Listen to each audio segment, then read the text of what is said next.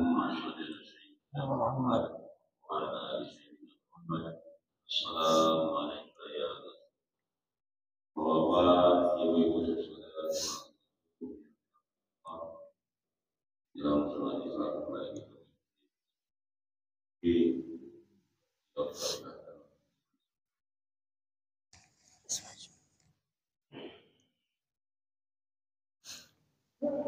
أعوذ بالله من الشيطان الرجيم. بسم الله الرحمن الرحيم.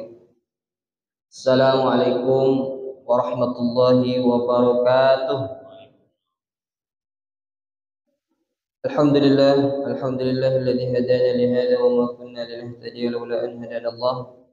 الحمد لله الذي أسرى بعبده ليلا من المسجد الحرام إلى المسجد الأقصى لنريه من آيته الكبرى.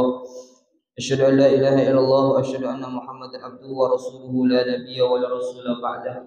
اللهم صل على سيدنا محمد وعلى آله ومن تبعهم بإحسان إلى يوم القيامة. أما بعد، رب اشرح لي صدري ويسر لي أمري واحلل عقدة من لساني يفقهوا قولي. اللهم إنا نسألك علما نافعا ورزقا طيبا وقلبا خاشعا. سبحانك لا علم لنا إلا ما علمتنا إنك أنت العليم الحكيم. Amin ya rabbal alamin. Bapak, Ibu, hadirin hadirat jamaah Masjidul Muslimin yang selalu kami hormati, yang dirahmati oleh Allah Subhanahu wa taala. Alhamdulillah, selalu kita bersyukur atas segala kenikmatan pemberian yang Allah berikan kepada kita. Sebab ukuran seorang hamba yang terbaik, yang tercinta di sisi Allah bukan banyaknya harta yang kita miliki, bukan panjangnya umur yang kita jalani, bukan jabatan yang kita miliki, melainkan ukurannya adalah sejauh mana kita bisa mensyukuri semua kenikmatan itu, sejauh mana kita menyadari bahwa semua pemberian itu adalah datangnya dari Allah Subhanahu wa taala. Salam serta salam tentunya selalu kita kirimkan pada manusia yang kita cintai, yang kita rindukan, yang juga merindukan kehadiran kita, yaitu Nabi kita, Nabi besar Nabi Muhammad sallallahu alaihi wasallam. Allahumma shalli wa sallim ala sayyidina Muhammad wa ala ali sayyidina Muhammad.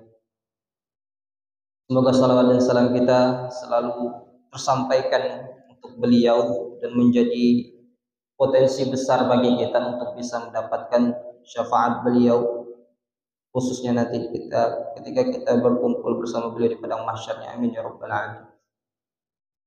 Bapak Ibu yang dirahmati Allah, insyaallah di pagi dan tempat yang berkah ini kembali kita lanjutkan pembacaan riwayat hadis Nabi kita, Nabi besar Nabi Muhammad SAW, di mana di pertemuan sebelumnya kita membacakan riwayat-riwayat tentang perjalanan Isra-nya Nabi diperjalankan oleh Allah Subhanahu wa taala dari Masjidil Haram ke Masjidil Aqsa yang berada di Palestina.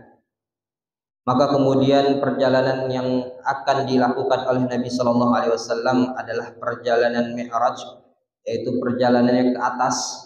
Kalau Isra itu perjalanannya hanya di bumi, namun Mi'raj adalah perjalanan Nabi Shallallahu Alaihi Wasallam untuk memenuhi undangannya Allah Subhanahu Wa Taala di Sidratul Muntaha. Bapak Ibu yang dirahmati Allah, sekali lagi kami ingatkan bahwasanya peristiwa Isra dan Mi'raj ini kalau kita baca kisahnya, kita baca hadisnya, yang perlu kita lakukan adalah melepaskan kacamata akal kita. Sebab untuk mempercayai, bisa memahami riwayat-riwayat tentang Isra dan Mi'raj, kita hanya butuh iman. Yang dipakai adalah iman. Seberapa kuat iman kita, seberapa percaya kita atas kekuasaan Allah yang tak terbatas, barulah kita akan memahami peristiwa Isra dan Mi'raj. Perjalanan Nabi Shallallahu Alaihi Wasallam ke atas langit itu dimulai ketika Nabi setelah selesai sholat bersama dengan para nabi-nabi, yang Nabi Muhammad menjadi imamnya, semua nabi-nabi, semua rasul menjadi makmumnya Rasulullah Shallallahu Alaihi Wasallam. Ini menunjukkan, ini membuktikan kalau Nabi Muhammad memiliki derajat yang paling mulia di antara semua makhluk, di antara semua nabi. Nabi Shallallahu Alaihi Wasallam meskipun datangnya terakhir, tapi beliau adalah Fatimul Anbiya, beliau adalah Sayyidul Anbiya, pemimpinnya para nabi. Maka kalau kita tidak bermakmum kepada Nabi Muhammad SAW, tentu kita tidak bermakmum layaknya para orang-orang baik, para orang soleh, para nabi yang bermakmum kepada Nabi Muhammad SAW. Setelah sholat, Nabi kemudian menaiki suatu batu, naik ke atas batu, mana batu itu sekarang yang terletak di pelantaran Masjidil Aqsa. Kalau kita lihat foto Masjidil Aqsa yang sering kita lihat di internet, yang kubahnya emas, kan ada dua kubah emas sama kubah yang gelap abu-abu hitam. Kalau yang hitam itu adalah Masjidil Aqsa-nya, tempat Nabi sholat bersama dengan para nabi. Kalau yang emas ini adalah tempat di mana mulai startnya Rasulullah untuk naik ke atas langit. Di situ ada batu. Di atas batu itulah Rasulullah SAW bersama dengan Jibril, kemudian didatangkan tangga Mi'raj. Jadi Mi'raj itu artinya tangga yang paling indah yang pernah ada. Dan dari situlah Rasulullah naik ke atas langit. Jadi buruknya ditinggalkan, buruknya diparkirkan dekat Masjidil Aqsa, karena buruk tidak ikut naik ke atas menurut mayoritas ulama. Jadi beliau naik ke atas langit. Dalam perjalanan Mi'raj pertama Nabi SAW sampai di pintu langit dunia, atau disebut langit pertama. Di sana terdapat penjaga pintu langit.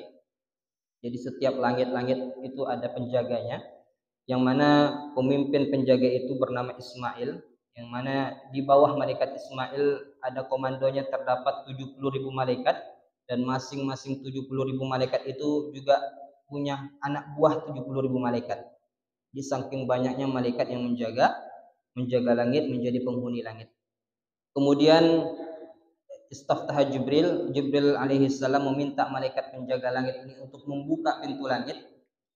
Ketuknya pintu itu, kemudian malaikat penjaga langit mengatakan, siapakah kalian? Siapakah kamu? Kemudian Jibril menjawab, Jibril, saya Jibril. Kemudian malaikat penjaga langit kembali bertanya, siapa yang bersamamu? Kemudian Jibril mengatakan, huwa Muhammad, dia adalah Muhammad. Kemudian malaikat penjaga kembali bertanya, Abu Isa ilaihi, apakah sudah waktunya Nabi Muhammad ini diutus menghadap Allah? Kemudian Jibril menjawab, iya. Maka malaikat penjaga itu membukakan pintu langit, dan semua malaikat yang hadir pada saat itu menyambut Rasulullah dengan mengatakan, marhaban, ahlan, selamat datang, wahai manusia, wahai saudara sebaik-baik saudara, wahai khalifah sebaik-baik khalifah, sebaik-baik tamu yang pernah datang. Para malaikat itu menyambut luar biasa kedatangan Nabi Muhammad SAW.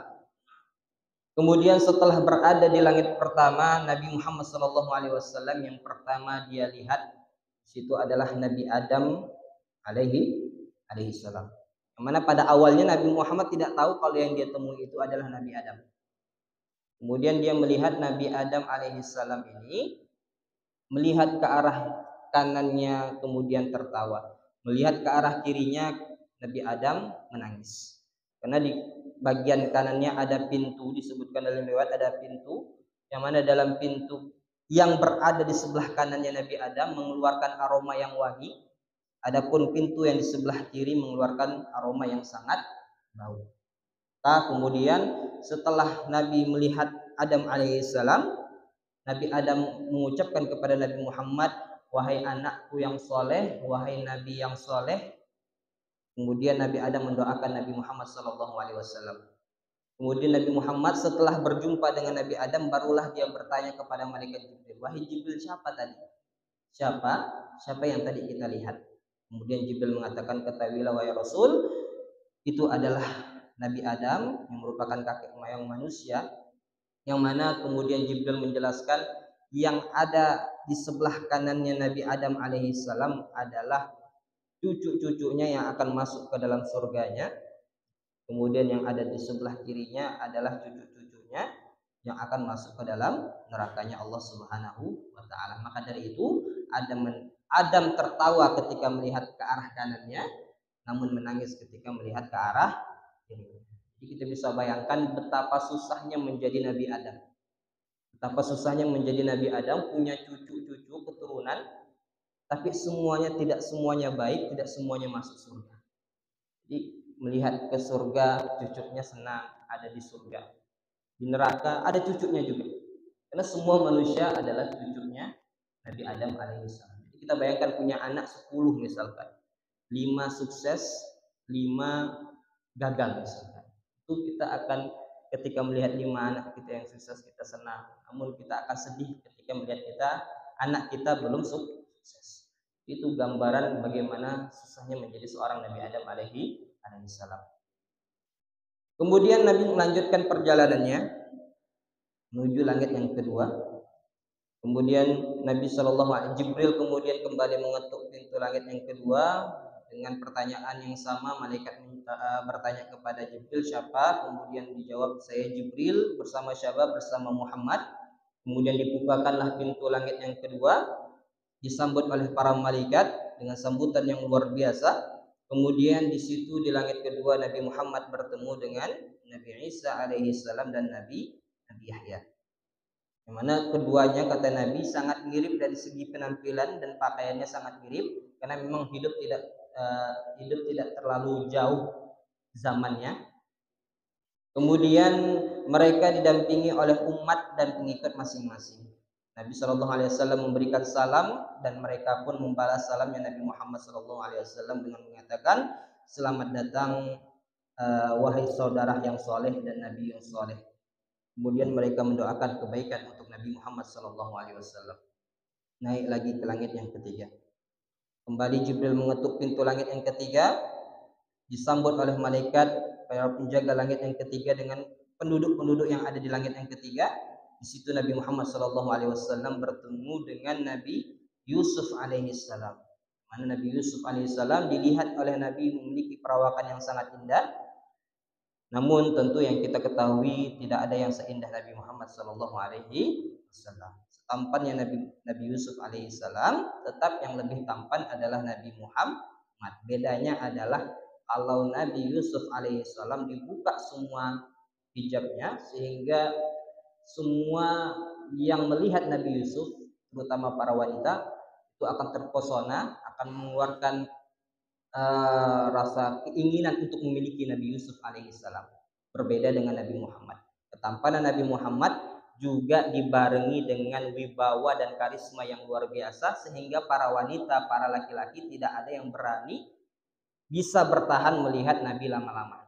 Hanya para sahabat itu lebih sering menunduk kalau di hadapan Rasulullah SAW, meskipun Nabi memiliki ketampanan yang luar biasa indah. Kemudian naik lagi ke langit yang keempat. Naik ke langit yang keempat sama seperti sebelumnya, Jibril mengetuk pintu, kemudian para malaikat, para penjaga langit yang keempat membukakan pintunya untuk Nabi Muhammad SAW dan Jibril. Kemudian di langit yang keempat itu Nabi SAW melihat Nabi Idris alaihissalam, seorang nabi yang terkenal sangat cerdas dan soleh yang derajatnya ditinggikan oleh Allah. Jadi sebelum Nabi Isa diangkat ke atas langit, Idris alaihissalam sudah berada di langit. Kemudian lanjut lagi ke langit yang kelima. Kembali Rasulullah SAW, Jibril alaihissalam mengetuk pintu. Kemudian dibukakan pintunya oleh para penjaga malaikat langit yang kelima. Disitulah Nabi SAW melihat Nabi Harun alaihissalam. Nabi melihat jenggotnya Nabi Harun separuh putih dan separuh hitam. Yang mana di sini diceritakan jenggot Nabi Harun yang putih itu adalah bekas akibat genggaman Nabi Musa alaihissalam yang kesal kepadanya ketika Nabi Harun membiarkan umatnya Bani Israel berbuat musyrik. Kemudian naik lagi ke langit yang keenam. Langit yang keenam, Nabi Muhammad SAW berjumpa dengan Nabi Musa alaihissalam. Dekat Nabi Harun, Nabi Musa itu kan satu zaman. Ini menunjukkan kalau semua nabi itu tidak harus berbeda zaman. Bisa jadi satu zaman ada 2 nabi, 3 nabi. Tapi di zamannya Rasulullah hanya ada Rasulullah SAW. Di langit yang keenam ini Nabi SAW berjumpa dengan Nabi Musa alaihissalam beserta dengan kaumnya. Nabi melihat pengikut Nabi Musa sangat banyak pengikutnya Nabi Musa. Kemudian Jibril berkata kepada Nabi Muhammad, wahai Muhammad, angkatlah kepalamu dan lihatlah ke atas. Kemudian Nabi Muhammad melihat ke atas dan melihat umatnya memenuhi seluruh bagian bumi dan berbagai isinya. Jibril berkata, begitulah jumlah umatmu yang jauh lebih banyak daripada umatnya para nabi sebelummu. Mereka semua akan masuk surga, ditambah lagi ada yang tidak terlihat sebanyak 70.000 orang yang masuk surga tanpa hisab. Nabi Shallallahu Alaihi Wasallam melihat Nabi Musa dalam tampilan yang sangat kokoh dan gagah, rambut dan bulunya tebal hingga bulu-bulu dadanya itu terlihat oleh Nabi Muhammad Shallallahu Alaihi Wasallam. Memang Nabi Musa itu terkenal dengan kekuatan fisik yang luar biasa. Bagaimana yang diceritakan dalam Al-Quran, Nabi Musa alaihissalam pernah menampar seseorang, hanya tamparan, tapi itu bisa membuat orang yang ditampar meninggal dunia. Jadi saking kuatnya Nabi Musa alaihissalam. Kemudian Nabi Musa di situ menangis ketika kedatangan Nabi Muhammad SAW. Kemudian Jibril bertanya kepada Nabi Musa tentang alasan kenapa dia menangis. Kemudian Musa alaihissalam menjawab, betapa aku tidak bersedih, sebab aku ini adalah nabi yang lebih senior daripada Nabi Muhammad. Tapi umatku yang masuk surga lebih sedikit dibandingkan umatnya Nabi Muhammad Sallallahu Alaihi Wasallam. Jadi ini menunjukkan bahwasanya umatnya Nabi Muhammad Sallallahu Alaihi Wasallam adalah umat yang paling banyak nantinya dan paling duluan yang akan masuk surganya Allah Subhanahu wa taala. Kemudian lanjut lagi ke langit yang ketujuh. Jadi ada 7 langit sebagaimana yang Allah firmankan dalam Al-Qur'an, bahwasanya langit itu adalah samawatis sab'a. Langit itu ada 7. Wallahu alam jaraknya berapa, ada yang mengatakan perjalanan ribuan tahun, ratusan ribuan tahun, wallahu alam. Artinya antara langit ke langit berikutnya itu sangat jauh. Kemudian Nabi Shallallahu Alaihi Wasallam di langit ketujuh bertemu dengan Nabi Ibrahim alaihi salam. Mana Nabi Ibrahim sedang duduk di samping pintu surga dengan kursi emasnya sambil bersandar di Baitul Ma'mur. Baitul Ma'mur adalah sebuah tempat suci di langit yang menjadi tempat tawafnya para malaikat. Jadi kalau kita tawafnya itu di Ka'bah di Mekah, itu kalau ditarik lurus ke atas itu tepat berada di Baitul Ma'mur. Akan para ulama mengatakan, ada yang menjelaskan kalau batu dijatuhkan dari Baitul Ma'mur itu akan jatuhnya di atas Ka'bah. Jadi di situ Baitul Ma'mur yang tawaf adalah para malaikat. Di situ juga para malaikat melaksanakan sholat, yang mana setiap harinya didatangi oleh 70.000 malaikat. 70.000 malaikat datang ke tempat itu dan tidak akan keluar lagi. Artinya sangat banyak malaikat yang datang setiap hari dan menetap di Baitul Ma'mur. Bisa dibayangkan betapa besarnya langit ketujuh ini. Kemudian Nabi Muhammad SAW mengucapkan salam kepada Nabi Ibrahim. Assalamualaikum wahai anak, wahai bapaknya para nabi. Kemudian Nabi Ibrahim menjawab dengan selamat datang wahai anak yang soleh dan nabi yang soleh. Suruhlah umatmu untuk memperbanyak menanam pohon di kebun surga, sebab tanah di surga sangatlah subur. Nabi Muhammad SAW bertanya, apakah gerangan pohon yang akan ditanam, yang bisa ditanam? Ibrahim alaihissalam menjawab, suruhlah umatmu memperbanyak la haula wala quwata illa billahil aliyyil azim. Kalau mau menanam semasa kita di dunia ini, mau bikin tanaman, mau buat tanaman di surganya Allah, maka tanamannya adalah dengan selalu mengucapkan la haula wala quwata illa billah. Nabi SAW kemudian melihat ada 2 kelompok. Kelompok pertama putih bersih seperti kertas, dan satu kelompok tubuhnya ada kotoran. Lalu kelompok kedua ini mandi sebanyak 3 kali di sungai berbeda sehingga wajah mereka pun menjadi putih bersih seperti kelompok pertama. Ketika Nabi bertanya kepada Jibril tentang 2 kelompok tersebut, Jibril menjelaskan bahwa mereka adalah umatmu.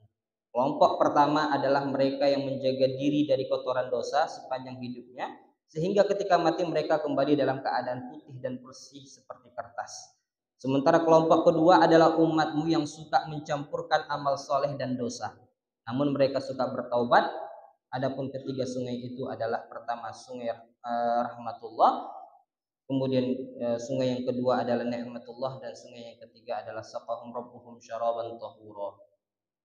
Kemudian Nabi SAW diajak menyusuri survei surga.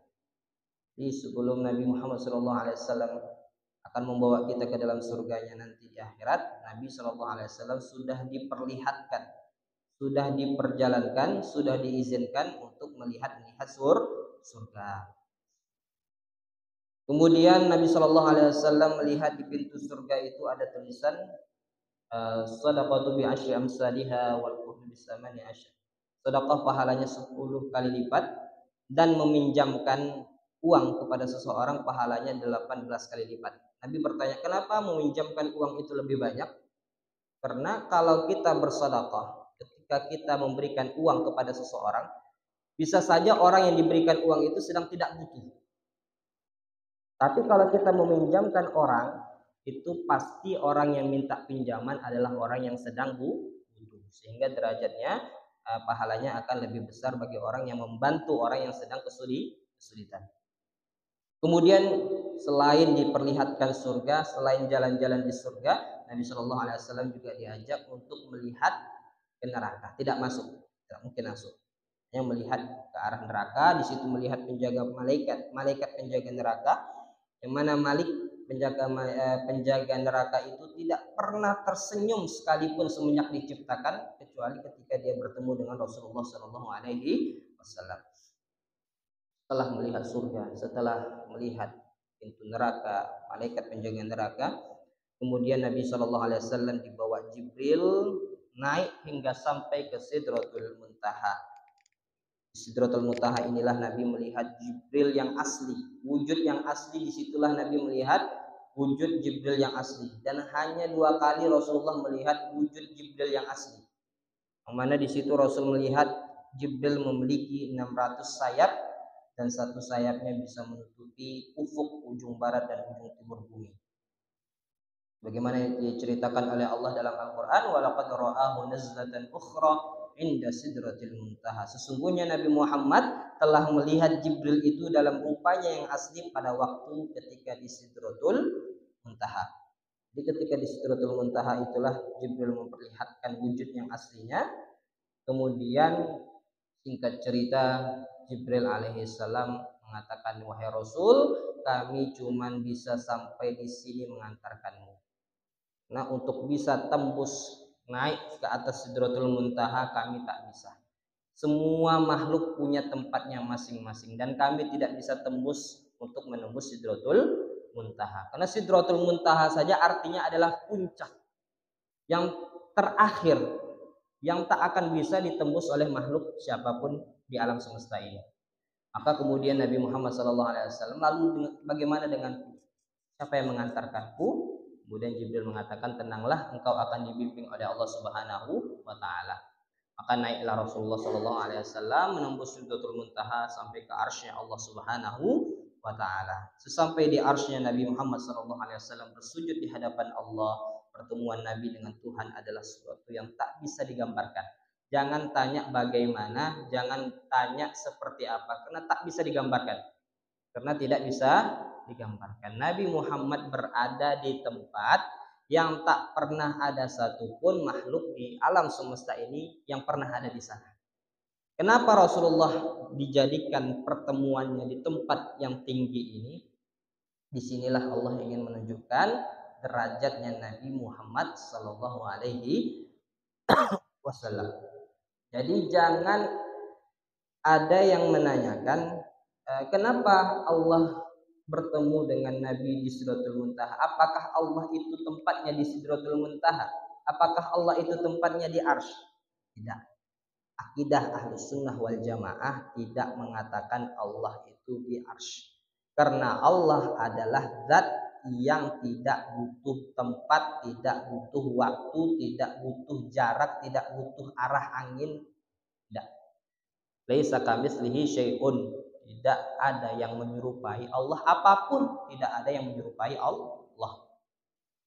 Karena kita punya keyakinan bahwasanya Allah itu Hayyun Qayyum. Allah itu maha mandiri, tidak membutuhkan apa-apa, tidak ada di mana-mana.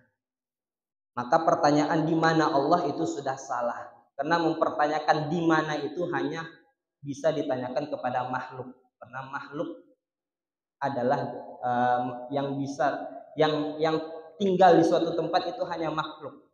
Yang membutuhkan tempat dan waktu itu hanya makhluk. Malaikat, manusia, hewan, jin itu makhluk, butuh tempat, butuh waktu. Namun Allah yang menciptakan semua ini tidak membutuhkan apa-apa. Kenapa Allah menjadikan Rasulullah? Kenapa tidak di bumi? Karena Allah ingin menunjukkan derajatnya Nabi Muhammad SAW sehingga pertemuannya dengan Allah itu di tempat yang paling tinggi, tidak pernah ada makhluk yang sampai ke sana. Itu hikmahnya. Linuriyahu min ayatina. Allah ingin menunjukkan kebesarannya pada kita. Bukan Allah ingin menunjukkan tempatnya, bukan. Karena Allah tidak butuh tempat. Jadi di arsy-Nya Allah disitulah, di tempat yang paling tinggi itulah Rasulullah SAW sujud di hadapan Allah. Tidak ada kenikmatan yang lebih tinggi dari ini.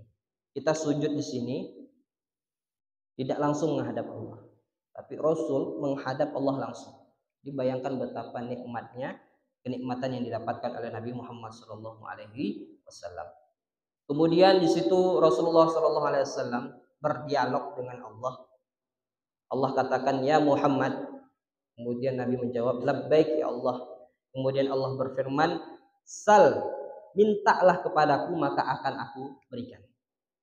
Kemudian Nabi Muhammad menjawab, wahai Tuhanku, engkau telah menjadikan Ibrahim sebagai kekasihmu dan memberikan keadaannya, kekuasaan yang besar kepadanya.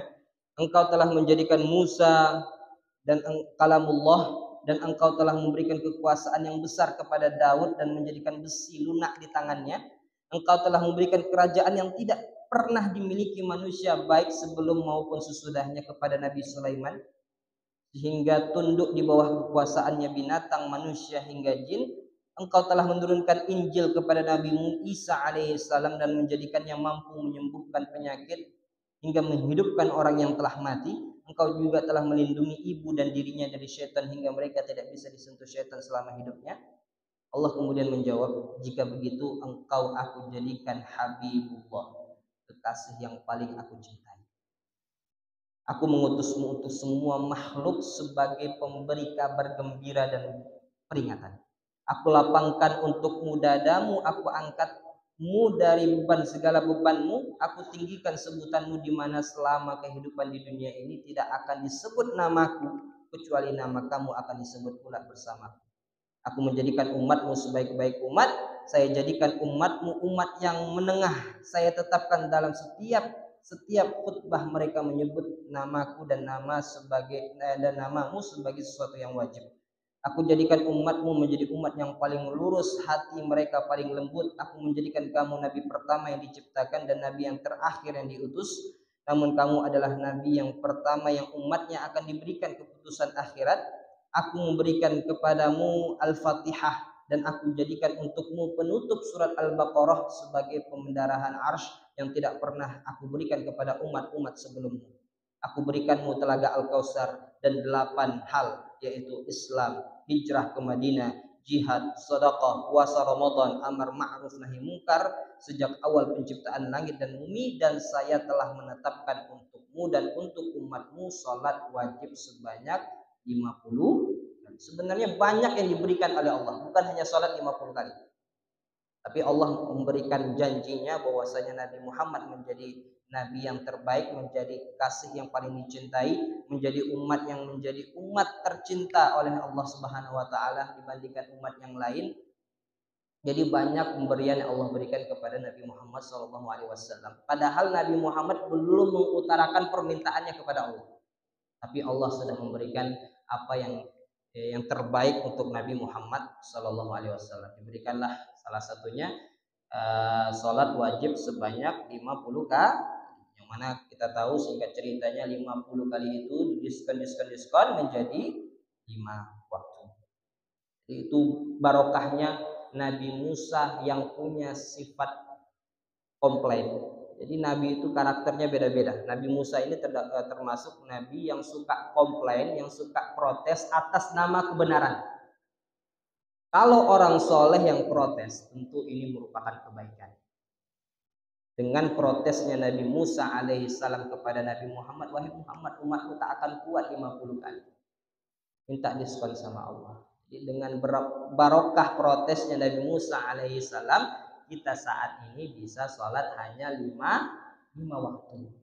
5 waktu itu dan 5 waktu itu pun termasuk perkara yang sulit bagi sebagian kita. Dan itu sudah diprediksi oleh Nabi Musa, wahai Muhammad, 5 itu saja tetap akan menjadi kesulitan oleh sebagian umat. Namun Rasulullah sudah malu di hadapan Allah, sudah tak berani lagi untuk minta diskon. Kalau minta diskon lagi bisa-bisa sholat tidak ada. Makanya kan dikurangi 5. Sudah 5, kalau dikurangi 5 sudah tidak ada kewajiban sholat. Rasulullah malu, istahyi itu ilallah. Aku malu di hadapan Allah. Aku nggak mau lagi minta diskon kepada Allah.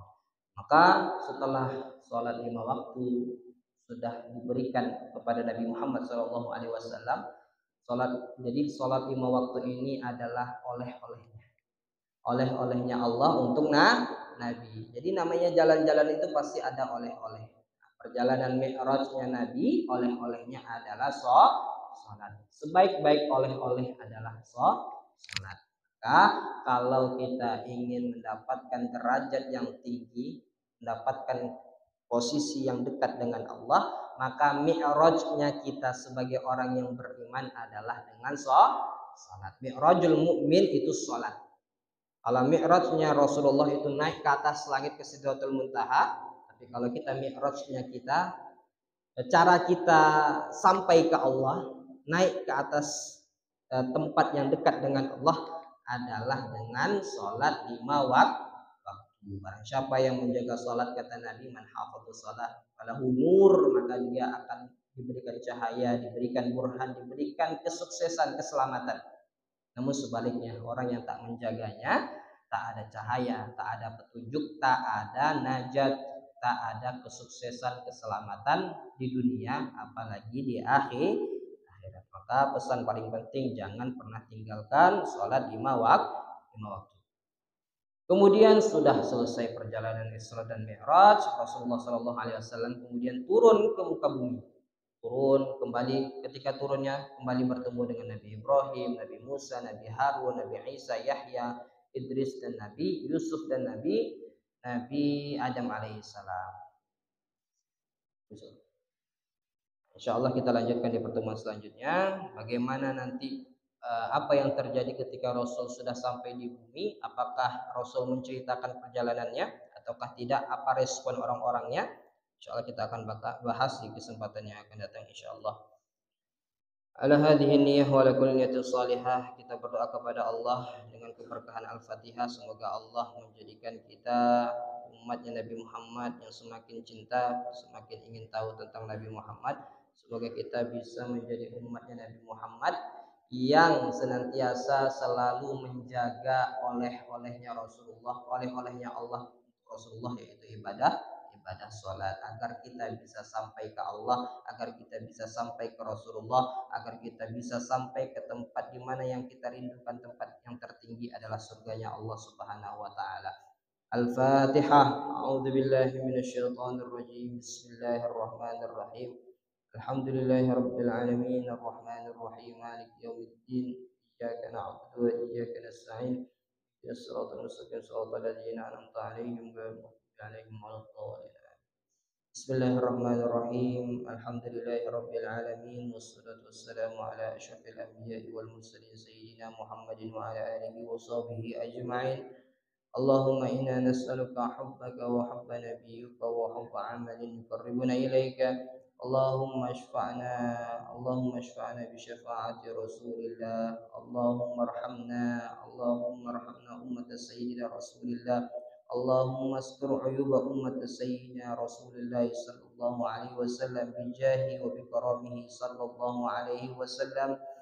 ربنا اغفر لنا ولوالدينا وارحمهم كما ربونا صغارا واغفر لجميع المسلمين والمسلمات والمؤمنين والمؤمنات في مشارق الأرض ومغاربها.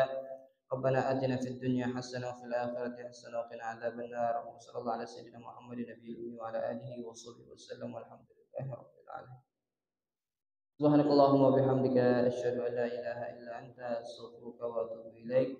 Billahi taufiq wal hidayah. Kurang lebih mohon maaf. Billahi taufiq wal hidayah. Assalamualaikum warahmatullahi wabarakatuh.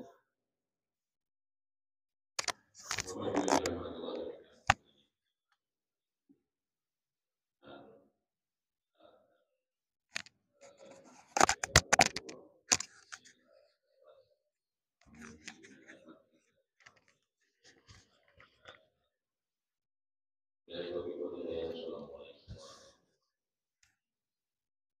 اللهم صل على سيدنا محمد وأسر الظالم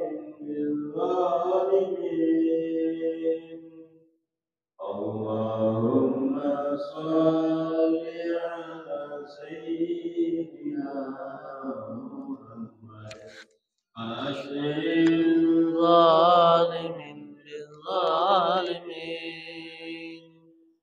فاخرجنا من بينهم سالمين وعلى آله وصحبه أجمعين صلى الله ربنا على نور المبين أحمد المصطفى سيد المرسلين وعلى آله وصحبه أجمعين وعلى آله وصحبه أجمعين